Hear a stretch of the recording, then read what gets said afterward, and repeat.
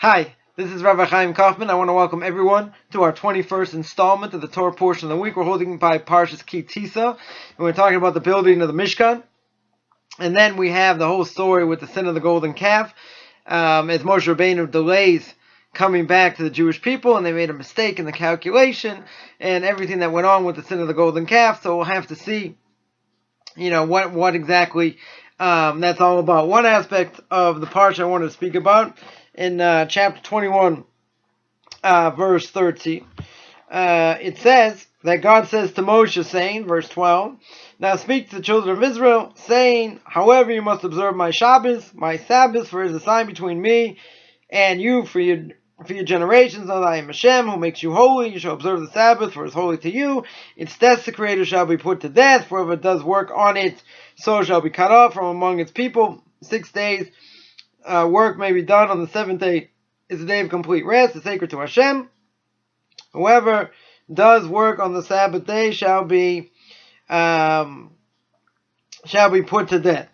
So the Torah here says pretty clear that it's pretty important to keep Shabbos, right? You have to observe Shabbos. Shabbos is a sign between God and the Jewish people. It's really not for non-Jews, right? We'll speak about that a little bit.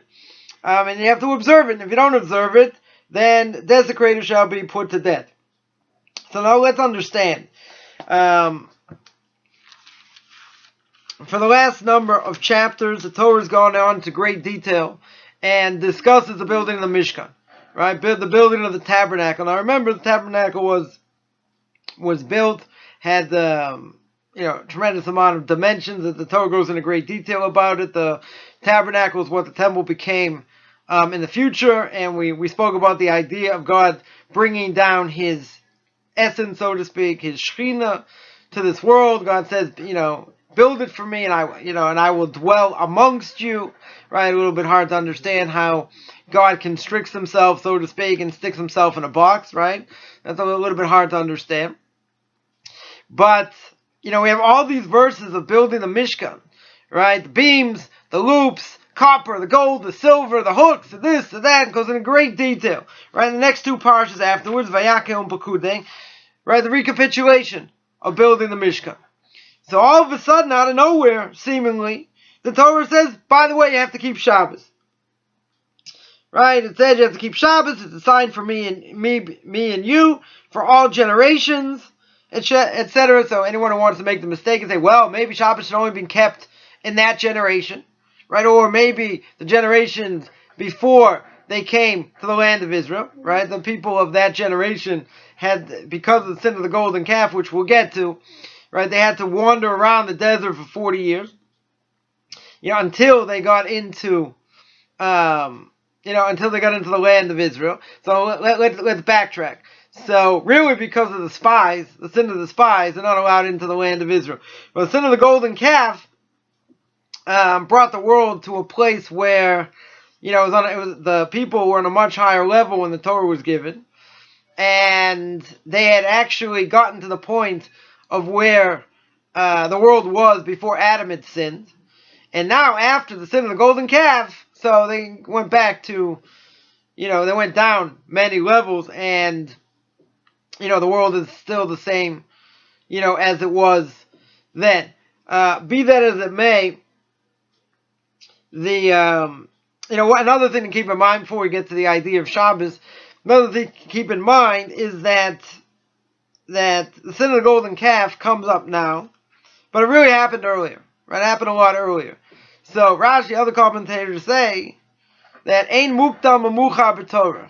Right? There's not before and there's not after in the Torah, meaning that the Torah is not written in chronological order. Right? Anyway, Moshe wrote it down. Moshe was a scribe. He wasn't allowed to change anything or add anything. As the Rambam says, one of the 13 principles of faith.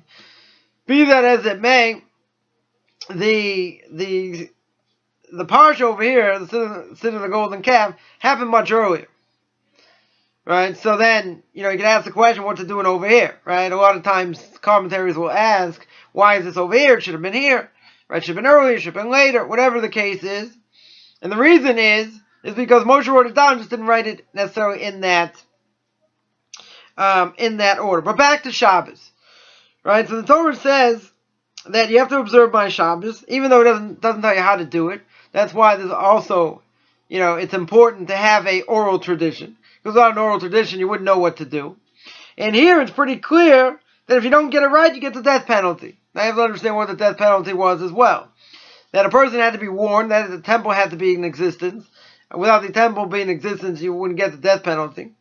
But you'd have to be warned. You have to have witnesses say, if you do this action, whatever it is, and you get the right category, there are 39 categories that you're not allowed to do on Shabbos, which we'll see we learn out from the tabernacle itself, of what was done in the tabernacle. In that case, so you have to be warned, and you have to be warned for the right thing. You had to be warned for the right category, and then, if you said, I don't care, I'm going to do it anyway, then they stoned you. Alright, then they stoned you to death. But the commentaries are bothered by, the original question was, as I sort of jumped 20 steps before answering the first question, common problem that I have. Nonetheless, the Torah here says, you got to keep Shabbos. Right, they say, what are you talking about? Here we got, verse after verse, chapter after chapter talking about the building of the tabernacle. So what in the world are they doing here? Right, all of a sudden you have to keep Shabbos, and it's so strict, they have to keep Shabbos, you get the death penalty. So commentaries learn, another proof that you need a running commentary here, right, an oral tradition, otherwise we wouldn't know what's going on.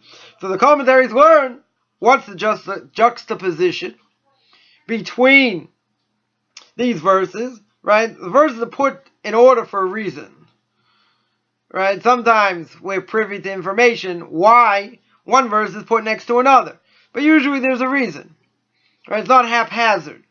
So juxtaposition of verses can have tremendous meaning and tremendous ramifications. In this case, there's tremendous ramifications. Why? Because the commentaries say, you know what the connection is?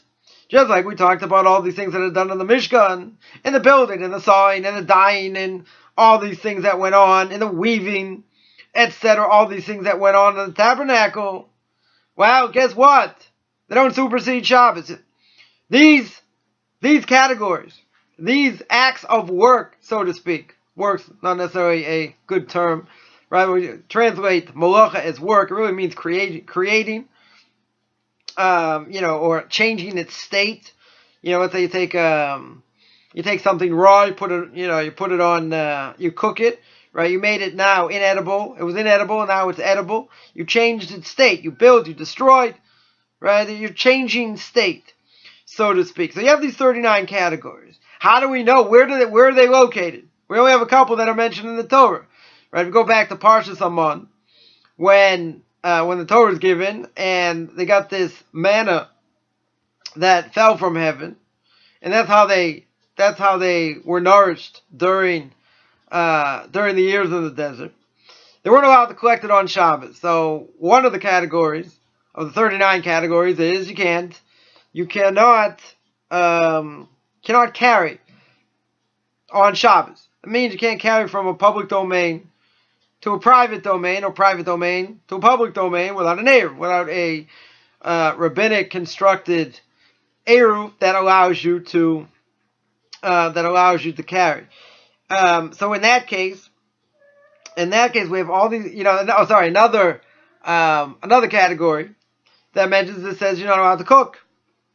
Right. So if you're a Karaite and you believe in the Torah literally, it means literally you're not allowed to cook. So therefore, not only are you not allowed to cook or make a fire, that means that you sit in the dark when there is no, candle goes out. That's it. You don't use electricity. Electricity is shut off, so you sit in the dark. It says don't cook, so you have to eat cold food. Right? The rabbis interpret not cooking means you can't cook something over an open flame. You can reheat something. You can put something on a flame that's covered. You're not going to turn knobs or whatever. It's going to go up or down. And you can reheat as long as it's set up ahead of time, i.e. a hot plate, right? Or what they call a blech. You take a metal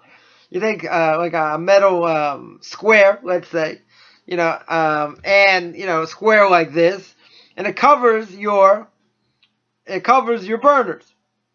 So you turn, let's say, one burner on, gets the whole thing hot. It's made out of tin or metal or silver, whatever, or metal coating, whatever it is, gets pretty hot, right? Anyone wants to try this at home, right? Turn it on for a little bit, let it get, turn on, 5-10 minutes, stick your nose on it. If you burnt the end of your nose, then guess what? You did it right. So it gets pretty hot. So right before Shabbos, you put this on. Your food is already at least a third or half cooked, and you stick it on. You stick it on this blech or your hot plate, whatever it is. And on Shabbos, you can take it off and eat it, right? You can eat the food. So I'm not going to go into all the details of cooking on Shabbos, but that's that's a second category. But there are 37 others Torah doesn't mention. And guess what? If you don't get it right, you get the death penalty. Hence, there is a proof that you must have an oral tradition. If you didn't have an oral tradition and I get it wrong, right, and I get warned, let's say it's the time of the temple, you get warned, you say, well, Moshe didn't tell me about picking up sticks, right, that's it. You didn't tell me I wasn't allowed to touch my car keys, so you're dead. So if you don't know what the information is, you're dead. We all agree that's bad. You're not here, right? You're dead. So you need an oral tradition. So the rabbis tell us we have a juxtaposition. It has to be for a reason. What's the reason? To tell you it doesn't supersede Shabbos. Anything you did in the Mishkan, in the tabernacle, you're not allowed to do on Shabbos. Now, some may be a Torah prohibition. Some may be a rabbinical prohibition. Right? Now, anything that's similar to a Torah prohibition, the rabbis made a fence around it and said, don't do it. Now, people say, but the Torah says you're not allowed to add or subtract to the Torah. So how can the rabbis make a fence around it? Isn't that adding to the Torah? Answer is no. Adding to the Torah would be if a man wears tefillin, and there are 4 parchments in your tefillin, in the head or the arm, you're not allowed to add a 5th one. You're not allowed to subtract one. If you add or subtract to that, then that's a Torah prohibition. That's what we're talking about, adding or subtracting. Right? If you added extra tzitzis on your garment, that's also forbidden. Right? You cut one off, that's also forbidden. That's what it means to add or subtract. Here they're making a fence, meaning that a lot of the laws on Shabbos, right, many of them are Torah prohibitions, but the vast majority are rabbinic. Why? So why do we hold by it? A, there's a mitzvah to listen to the rabbis, right? That's brought down in a number of places. B, they're making these gedorim, they're making these fences around the Torah for the sole reason that you don't come to a more serious prohibition. So anything that was done in the Mishkan, anything similar to that, was a rabbinic infraction. If it was the same, and you did it exactly the same, that's a Torah prohibition. If it's similar, even if it's not exactly the same, the rabbis forbade it. Now why? One reason we mentioned is because they didn't want you to come to a more serious transgression. Right? Another reason, meaning a Torah prohibition. Another reason is they didn't want you doing all these things because it'll take away your enjoyment of Shabbos. So if you start touching things you don't need, computers, phones, pens, you do all these things, that's not in the spirit of Shabbos. It's more than that. These things, like a pen, for instance, you're not allowed to write on Shabbos, right? A computer, you might think, maybe it's not really writing, it's not the same as a pen, but that would be forbidden for using electricity or other things, right? Whatever category it comes on, there could be writing, right? Some hold it may be writing also, even though, you write something, it disappears. It's not like taking a pen, and put it on paper. Okay, so that might be a rabbinic prohibition. Writing something that's gonna last for a long time, that'd be a Torah prohibition.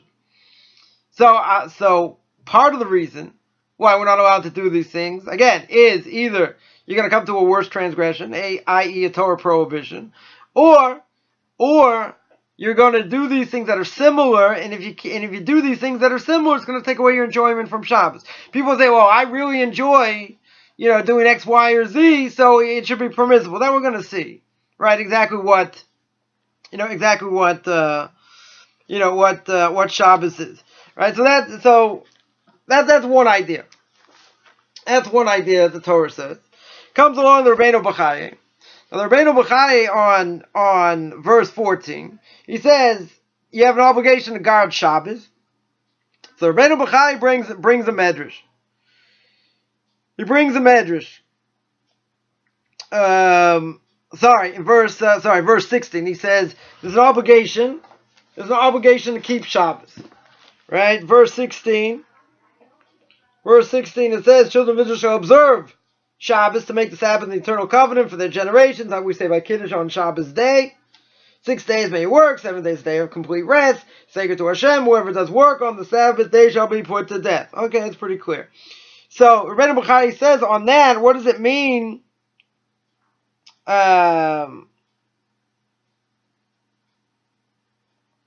I read the wrong one. It says, verse 17, between me and the children of Israel, it's a sign forever, a 6-day period. Hashem made heaven and earth, and on the 7th day he rested and was refreshed. Right? That we say Shabbos day when we make Kiddush, or some say it, not everybody says it, but nonetheless, so Rabbeinu Bachai says, when it says the children of Israel shall observe the Shabbos, so Rabbeinu Bachai says, brings down a medrash. So the medrash says, you have to keep Shabbos. Anyone who guards Shabbos here in this world, right down here, Lamata, down here, as if he kept Shabbos Lamala. As if he kept it, upstairs. Now, one thing to keep in mind, what does that mean before we go any further? What does that mean? It means that there's a spiritual world corresponds to this world, right? Just like there was a Beis Hamikdash here in this world got destroyed, the temple got destroyed. Also, there's a temple upstairs in the spiritual world, right? What it does, how it functions, what it is, right? It's a whole another much bigger discussion, which we're not going to go into. But there are repercussions for what we do that we've spoken about. Right? We do something down here. It has a spiritual effect, has a physical effect, and it comes back and is slapped down in this world. One example, person eats an apple, right? You take your apple, and you say, Baruch atah Hashem, Elokeinu melech olam, borei pri ha'etz, right? Blessed are you, God, King of the universe, who created fruit of the tree, right? That's the correct blessing over an apple. And then you go, hum, right? Chomp, chomp, chomp, you eat your apple. Right? You said the blessing right. You had, simple intention, just at least understanding what the words are. But spiritually speaking, you've now brought abundance in the world, or blessing in the world for fruit trees. Say, what are you talking about? I just took an apple. I was starving. I took an apple, made the blessing, chomp away. I did something in the spiritual world. So the answer is yes. Now, if you made the blessing right, again, forget Kabbalah, you made the blessing right, it can have a spiritual effect. First of all, you get the mitzvah of making the blessing, right? We don't get the mitzvah in this world, we get it in the next world, but you get the mitzvah of making the blessing. Now, at the same time, we've done something spiritually, right? We don't necessarily see this. We don't see how it manifests itself, right? But the fact that, you plant a seed, take a seed from an apple, you plant it in the ground, and it makes an apple tree over time, right? Nothing short of miraculous.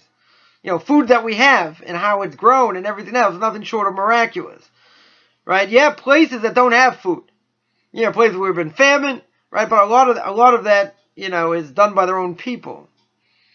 Even though weather might be bad and other things, there are other factors going on, as well. But the general idea is, person makes a blessing over food, it has a spiritual effect, right? Every physical effect has a spiritual effect, even if I don't necessarily see it. One example, maybe a better example is if a woman who's pregnant, God forbid, smokes crack, and a child comes out deformed, right? There's a physical reaction.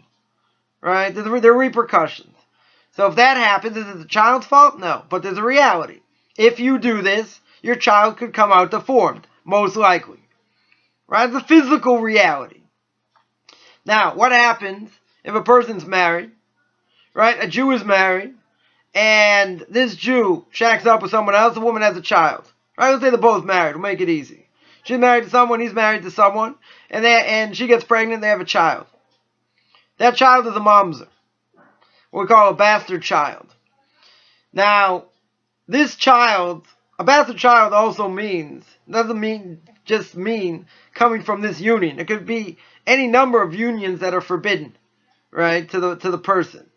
But, we normally say that it has to do with adultery. So, nonetheless, in this case, the child, what happens to the child? So, the child's born. It was a union that shouldn't have been, but a child is born, and the child has a status. What's the status? That child is called a mamzer, and that child can only marry someone from that same union or a convert. Now, you ask the question, why does the child have to suffer? And the answer is, there's a spiritual reality. Two people came together. They weren't allowed to be together. They came together anyway. But the result of their action has repercussions. So, this child, not deserving what happened to it, there's a reality. Right? It was born. It came out of an unlawful union. Because it came out from an unlawful union, there are repercussions. It can only marry someone of the same union or a convert. Now, someone who's a convert to Judaism, if they've converted properly, they'll say, aren't I a Jew? I'm a Jew like any other Jew. What am I, second-class citizen? Why is it that I'm, I'm allowed to, the only person allowed to marry this mom's is a convert. Oh, what am I, chopped liver? No one else can marry him except for me? So the answer is that there's an issue of what we call yichus. There's an idea of genealogy, right? In other words, where a person comes from. So, in this case, if a convert comes from two people, usually, not always, but it could be a Jew married to a non-Jew. If it's a male married to a female, right? The female is not a Jew, so the child produced is not a Jew as well. Or you could have two non-Jews, either way, right? As long as the female is a non-Jew, so the child's a non-Jew. So now this child comes from, we'll make it easy. Let's say two non-Jews, for that matter. So by non-Jews, there's an idea that there's an idea of genealogy, right? Or lack, or lack of it by a Jew. A Jew goes back all the way to Moshe Rabbeinu, right? All the way to giving the Torah Mount Sinai. So a non-Jew converts also, right? Their soul is also a Mount Sinai.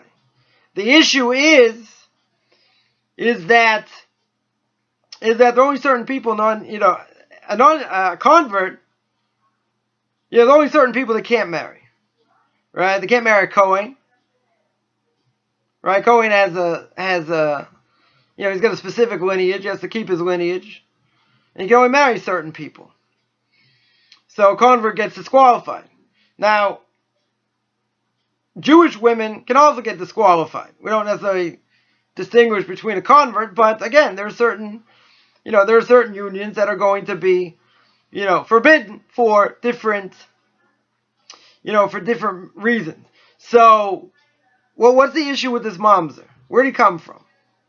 He came from a union that wasn't supposed to be. If he comes from a union that wasn't supposed to be, why should he be allowed to marry someone who came from a normal union? Right? He's coming from two different parents. Let's rephrase that. From two different people, but each one's not married to the other. Now, that is, a convert usually, where are they going to come from? They'll come from two parents, usually.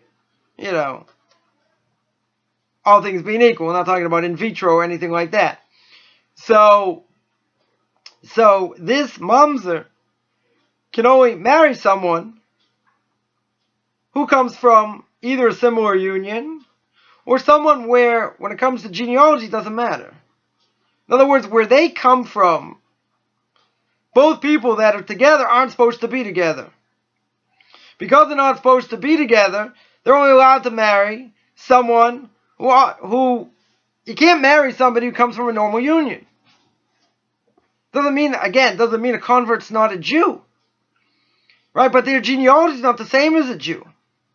Because it's not the same, right? So they're limited in a certain way who they can marry. And I've heard this many times, that people say, you know, I only want to marry a Kohen. Well, you're disqualified. You know, a Kohen can only marry specific people. You know, you can marry a Levi. Not a problem. You can marry Yisrael. You know, plenty of other people that are not a Kohen or a Levi, right, to marry. Right, but, you know, a person may say, you know, I want the highest genealogy. I want to go to the top. Okay, that's great, but you can't. Right, it doesn't work, you know, it doesn't work that way. So it's not a personal thing. At the same time, there's a reality, right? You know, we're not coming to discriminate here, right? We're seeing where, you know, people come from and who is able to come together and who is not. Anyway, the Rabbeinu Bachai here says further. He mentioned that if a person kept Shabbos, so let's get back to the original topic here. If a person kept Shabbos down here, it's as if he kept Shabbos upstairs, right, in the spiritual world. What does that mean? Says Rabbeinu Bachai.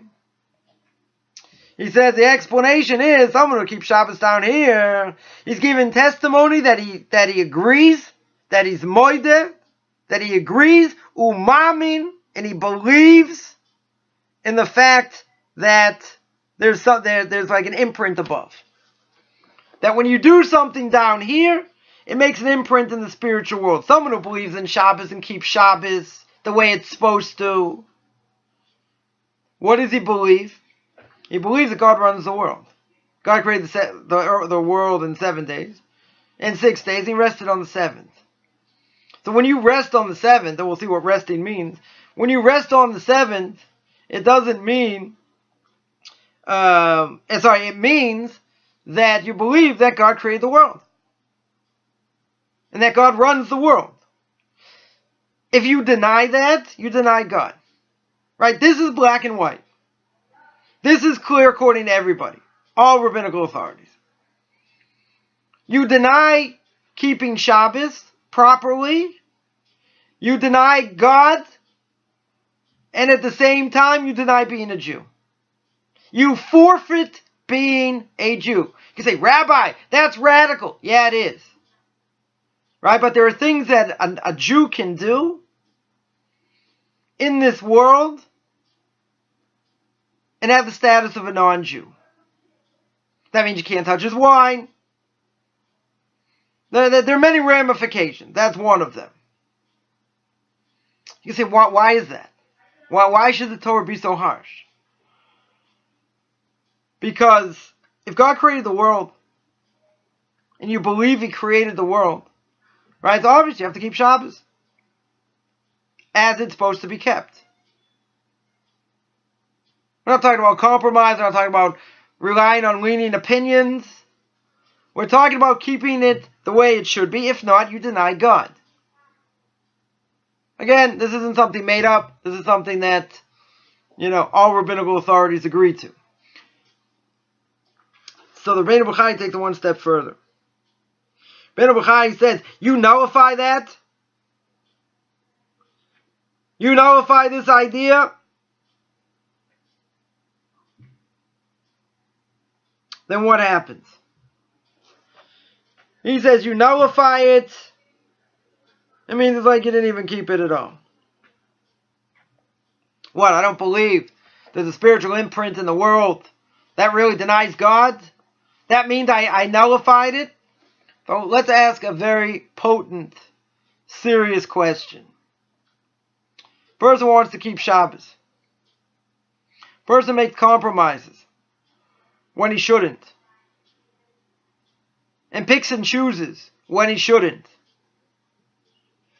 He believes in a spiritual imprint in the world. Does he really believe God gave the Torah? Or is it just, well, this is what I can do. This is the best I can do. So you have to ask the $1 million question. Says Rabbi Chaim, you don't believe that if you keep Shabbos here, that it makes an imprint upstairs? You deny the whole thing. You want to make so I'm going to take it a step further. My language. You want to make compromises? You want to do things on Shabbos and pick and choose? So either you believe or you don't believe. If you believe, you can't pick and choose. Person says, listen, I'm growing, I'm this, I'm that. Maybe we cut some slack. You can't make a joke out of Torah. Torah's not a 5-year option to renew. Right? If we believe God gave the Torah and God created the world, then we have obligations. If we have obligations, then we have to uphold it to the best of our ability. You don't make a joke out of it. You don't strive for mediocrity. Because you won't get anywhere. You won't grow. My language will make a mockery of a travesty of Hashem. So then someone will say, isn't that better than nothing? Not sure. I would always say, no, it's all or nothing. But it's not true. Every little thing we do has merit. Up to a point. What do you mean, up to a point? It means that if a person's sincere and a person's really growing, God's going to cut him some slack. Doesn't mean ignorance is bliss. It doesn't mean God's going to look the other way. Person makes a rebellion against God, pay the price. Alright, most people today don't have the knowledge. So it's not an active rebellion. Right, but this is the 614th commandment. The 614th commandment is don't be stupid. If you know, and you're aware, better you stay at home than desecrate Shabbos. But I want to pray with a minyan. I want to be there in the congregation. The only way I can get there is to drive. Better stay at home. There are serious ramifications. And if it's lonely, and it doesn't matter. You're better off at home. Because after 120 years, God's going to ask you, did you keep my Torah? Well, I did the best I could. God's going to say, really? You really did the best you could? God says, all right, let's play the video. Let's see. If you were sincere, God should have compassion. I tried. It was hard. It was this. It was. If God doesn't accept your excuse, you're in big trouble. So what about intention? Isn't that what we're really talking about? Don't my intentions matter? Don't I have the ability, maybe, to influence others, to do good, to do mitzvahs? Yes. You see, but there's another Talmudic dictum. The other Talmudic dictum is mitzvah haba ba'avera. Person does a mitzvah at the same time transgressing. In other words, you take your lulav, right? You beat up somebody, you grab their lulav, you steal it, and then you go to synagogue, and you shake it, and you say, Baruch atah, right? Al netilas lulav, and you shake it up, you shake it to the side, you shake it to the back. During Hallel, you shake it a whole number of times. Say, what a great mitzvah I did. God said, what do you mean? You're an absolute disgrace. It's not a mitzvah. You stole someone else's lulav. First of all, the lulav has to be yours. Can't be stolen. Not only that, but you're using the mitzvah itself. You're taking the lulav itself. You want to make a blessing over it because you stole it? It's a mitzvah ba'avera. Same thing over here. You want to desecrate Shabbos? You want to stick your nose up at Shabbos? Say, I'm doing the best I can. Look at what influence I could possibly have. Who says you're supposed to be out there having influence? Who says that's the best of both worlds? I can go and try and influence at the same time of desecrating Shabbos. Keep in mind, a lie never sticks. A person who lives a lie, how can they possibly give over to others and influence others? They might say, well, we see plenty of people do that and they're not the greatest righteous people in the world. Maybe true. We're not talking about them. We're talking about ourselves. Doesn't mean we don't make mistakes. I'm not talking about, we all make mistakes. That's not the issue. The issue is where we think we're doing the right thing at the expense of God. At the expense of what He wants us to do. When you do that, you think you're doing it for a higher purpose. It may be l'shem shamayim. It may be for the sake of heaven. But see, God gave us a rule book. He gave us how to do things. Even if it's not explained fully in the Torah, there's an oral tradition. It's not make-believe. There are unbelievable repercussions. A person may have the greatest intentions and pay a real serious price. Someone once told me many years ago, people wanted to bring more people to synagogue on Friday night. So they had a campaign. It's called Bringing Friday Night into Shabbos. So someone told me a certain synagogue, they brought in, they had, more than 1,000 people come into synagogue on a Friday night. And they had an organ and they had guitars and, other things going on there. Someone said, look, had 1,000 people.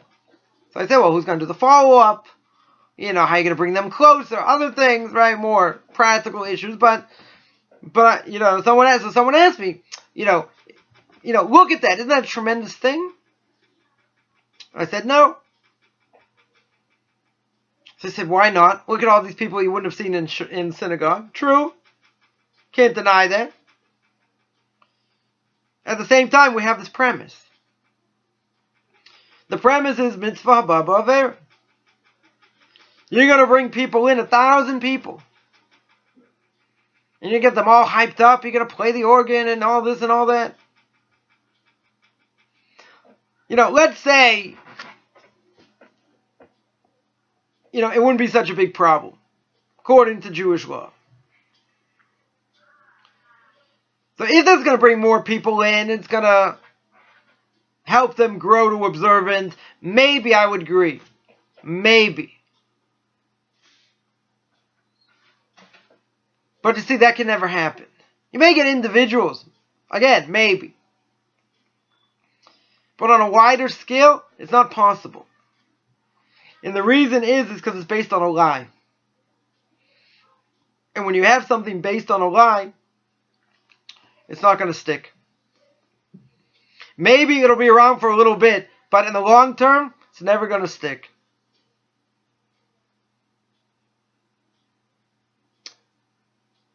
Then you could ask, so what do you do with these people?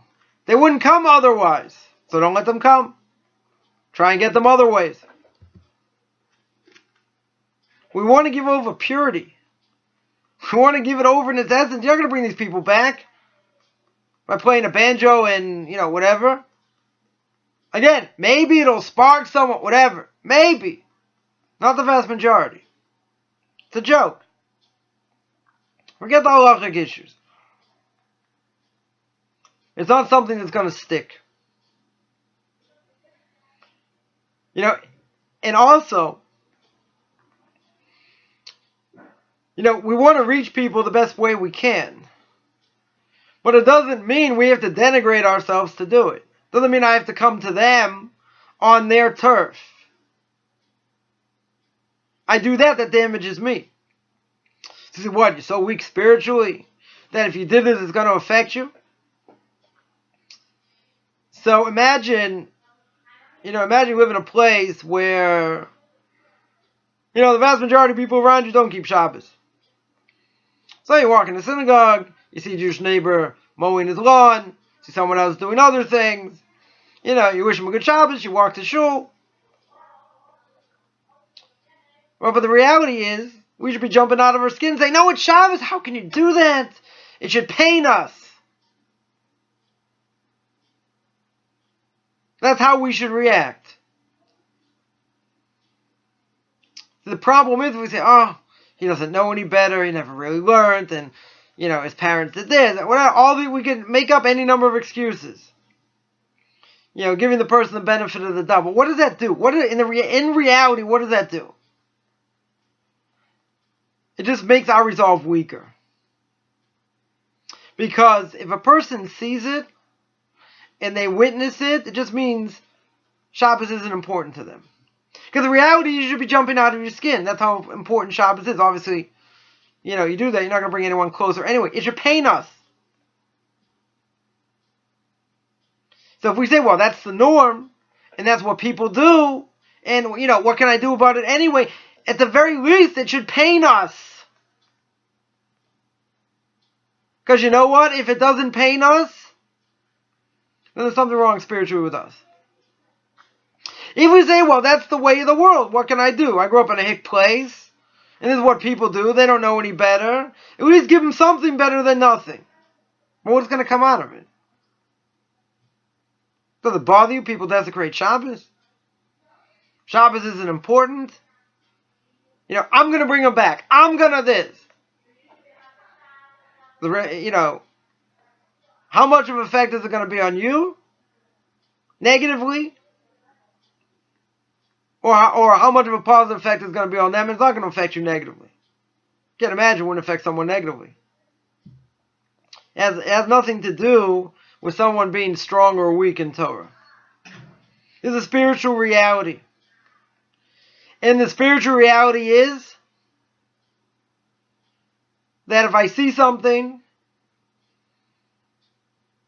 especially as the harsh punishment for Shabbos, if I see something and it doesn't affect me, that means there's something wrong in my spirituality. Take it one step further. The Torah says,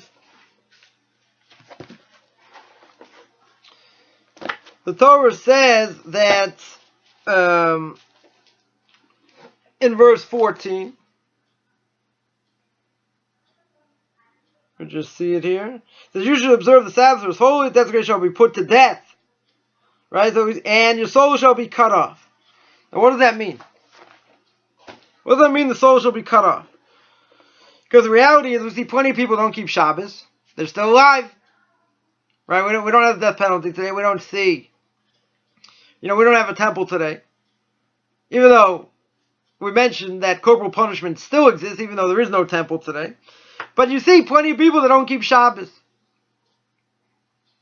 There are plenty of people that don't keep Shabbos still alive. Nothing's happened to them. So, what does it mean here to be spiritually cut off? Now, sometimes, if a person does something to be spiritually cut off, let's say they eat chametz on Pesach, they eat leavened products on Passover. Again, even if they don't know, not knowing is not a full outright permissibility.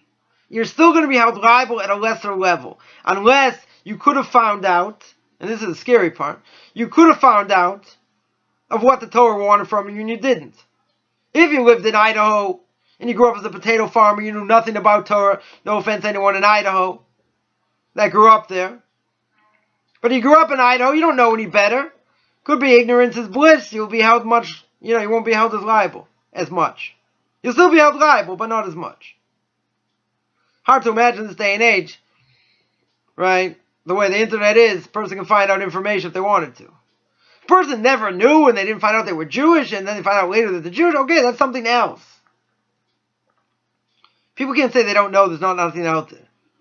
You know, you want to have arguments, you want to disagree. You can't say there's nothing out there. I never knew. Like all the people you see that were walking around with black hats are all Amish. You can't say that. I mean, you could. You can't. You know, how many Amish people live in America? Like, you know. So who are the other people with black hats? That's a good question. Oh, they're the other part of the Jews. Really? What type of Jews are they? I don't know. You want to look it up? No, not interested. Their choice. So what's it talking about being cut off? Being cut off means that you're 100% or 99.9% totally apathetic, which is most Jews today, unfortunately. You're totally apathetic. It means your soul is already dead. It means the most important question you may ask in your lifetime is putting ketchup or mustard on your hot dog. You're like, I'm eating a hot dog. Ketchup, mustard. Hey, someone said relish. Pickles. No.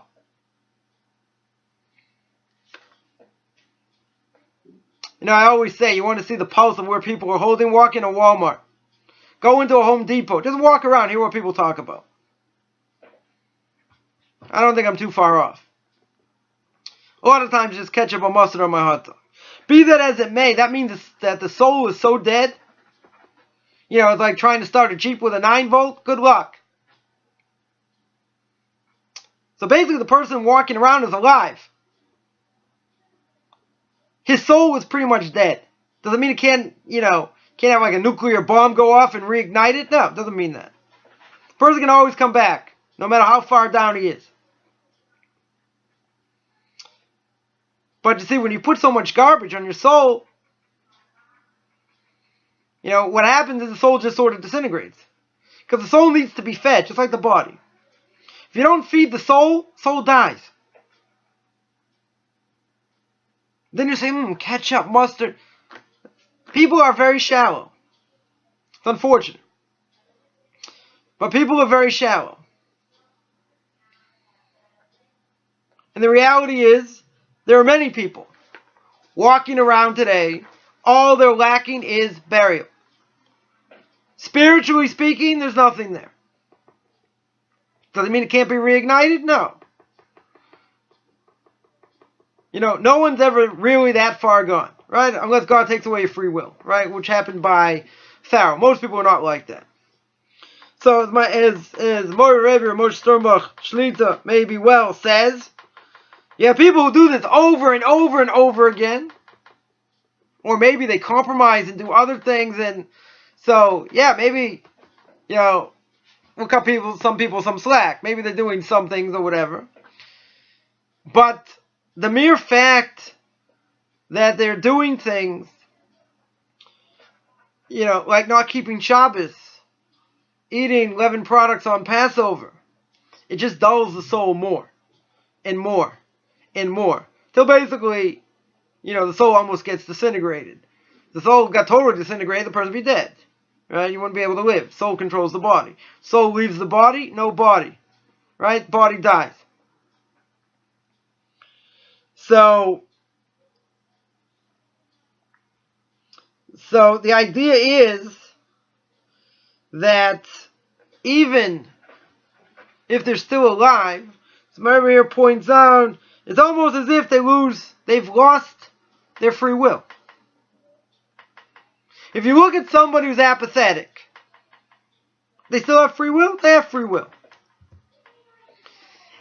Is it most likely in that case they're going to use that free will and come back?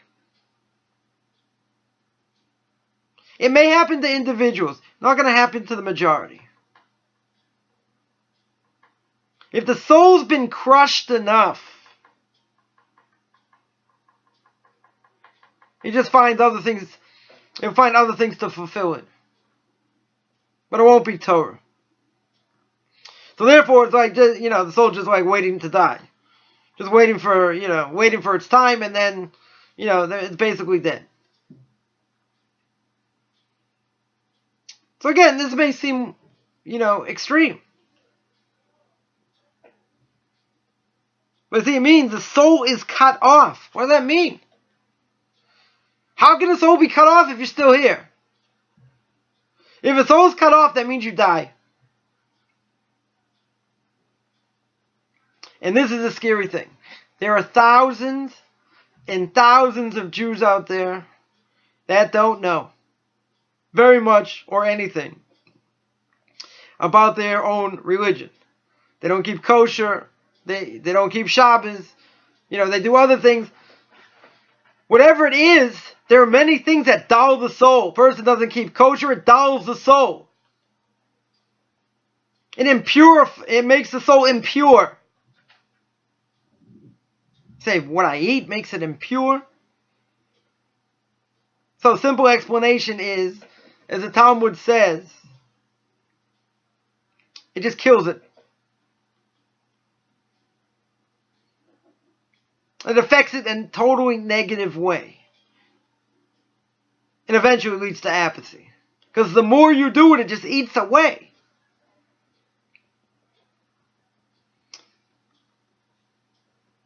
So we'll say, okay, that's someone who doesn't keep. Is not interested in keeping. What if someone keeps somewhat of it? Maybe gives lip service to a lot of it. Wow, this is all I can do. Whatever. I'm happy being mediocre. I'll save some people, and this is what I want. I'll build myself up. Blah blah blah. What about that? It's a good question. We're not talking about it's all or nothing. If someone's growing and someone wants to grow, that's one thing. If you don't want any part of it, this is what's going to happen. But even if a person's growing, you got to be real careful. Because what can end up happening is what you're doing looks like a merit, looks like a rebellion against God. And if you know, and you could have known more, doing a little could kill you. Literally. Reason? Because now you know something. And now you're denying, you're scoffing, whatever you're doing, whatever your rationale is, irrelevant. It's about elevating the soul, not killing it. So normally we say, and I'll end with this, that the Mishnah in Pirkei Avos, Ethics of a Father, says, mitzvah goreres mitzvah. The more a person does a mitzvah, the more mitzvahs he's going to do. Same thing if he transgresses, it'll lead to more transgressions. So hopefully that should lead to more mitzvahs.